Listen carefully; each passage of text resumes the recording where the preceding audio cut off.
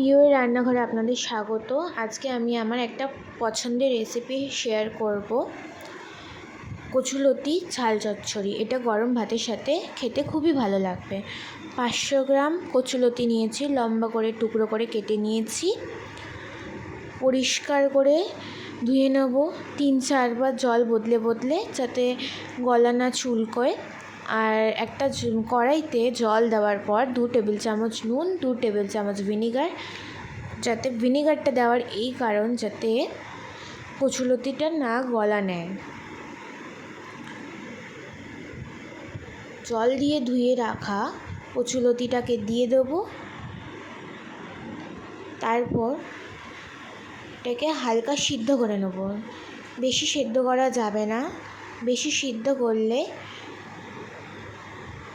কচুলতি খেতে একদমই ভালো লাগবে না।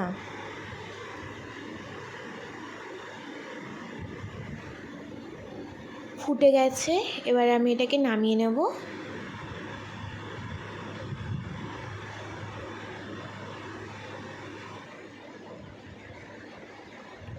একটু নামিয়ে নেওয়া হয়ে গেছে।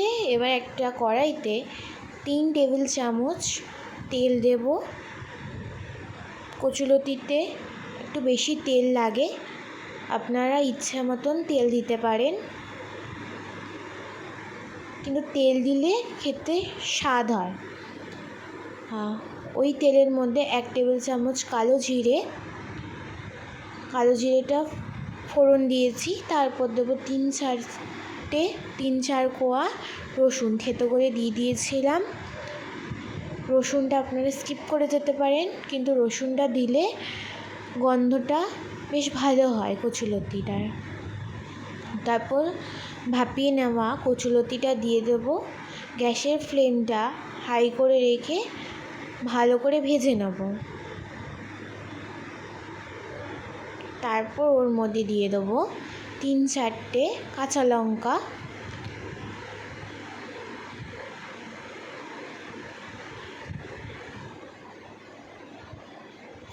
দেওয়ার পর ওটাকে ভাজতে দেবো। ঢাকা দিয়ে দিয়েছিলাম, ভাজা হয়ে গেছে হালকা। ওর মধ্যে দিয়ে দেবো 2 টিস্পুন নুন, যে বেশি দেবো না, কেননা যেহেতু সেদ্ধ করার সময় নুন দিয়েছিলাম, ওই জন্য অল্প নুন দিয়েছি। তার মধ্যে যেহেতু ভাজা হয়ে গেছে, ওর মধ্যে দিয়ে দেবো 2 টেবিল চামচ সর্ষে বাটাটাকে ভালো করে দেওয়ার পর ভালো করে মিশিয়ে নিয়েছি। নেওয়ার পর ওর মধ্যে দিয়ে দেবো অল্প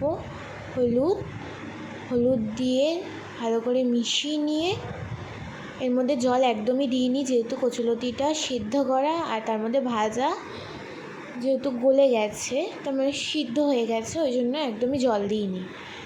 এরপর ওটাকে ভালো করে ভেজে নিয়ে, যেহেতু তেল ছাড়তে শুরু করে দিয়েছে, ওর মধ্যে দিয়ে দেবো স্বাদ মতন চিনি দেওয়ার পর ভালো করে মিশিয়ে নেবো। আপনারা স্কিপ করে যেতে পারেন চিনিটা, কিন্তু চিনিটা দিলে কচুলতিটা খেতে ভালো লাগে। এবার আমি একটা কচুলতি যেহেতু হয়ে গেছে, আমি একটা বাটির মধ্যে বেড়ে দেখাচ্ছি। দেখতে পাচ্ছ কচুলতিটা দেখতে কতটা লোভনীয় হয়েছে। যদি ভালো লাগে, লাইক, কমেন্ট অ্যান্ড শেয়ার করে দেবেন।